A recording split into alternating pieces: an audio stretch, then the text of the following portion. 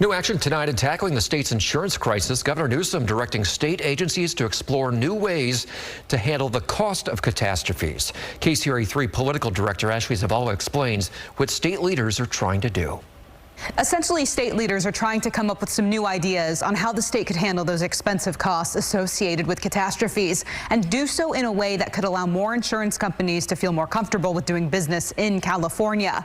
Governor Gavin Newsom signed an executive order today that specifically directs state agencies, including the California Department of Insurance and California Public Utilities Commission, to come up with recommendations on how the state handles these costs. Those recommendations are due in January.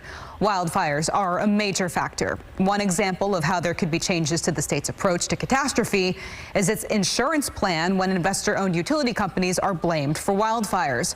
Earlier this month, the governor signed a bill that refills California's catastrophic wildfire fund.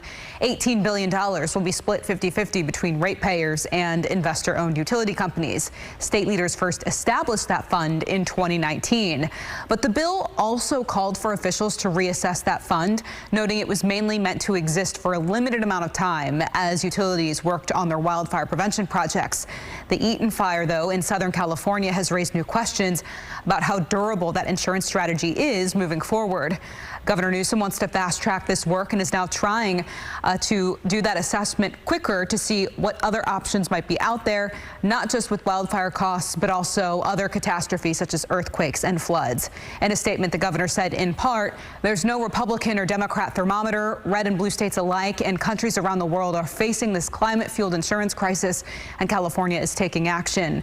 California Insurance Commissioner Ricardo Lara is on board with exploring the new options. He said in a statement, quote, "The governor is absolutely correct. We need a whole of government approach to make continued progress."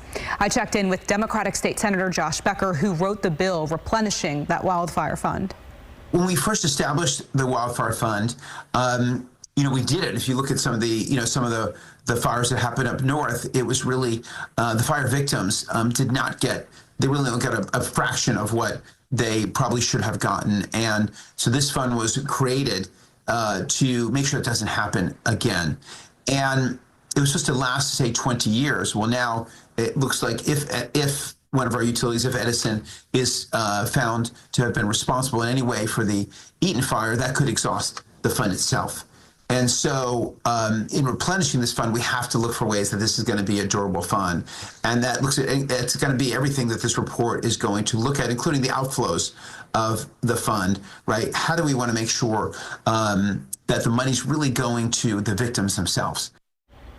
In a statement, PG&E said in part more work is needed to develop permanent and comprehensive solutions to the increasing wildfire risk in California.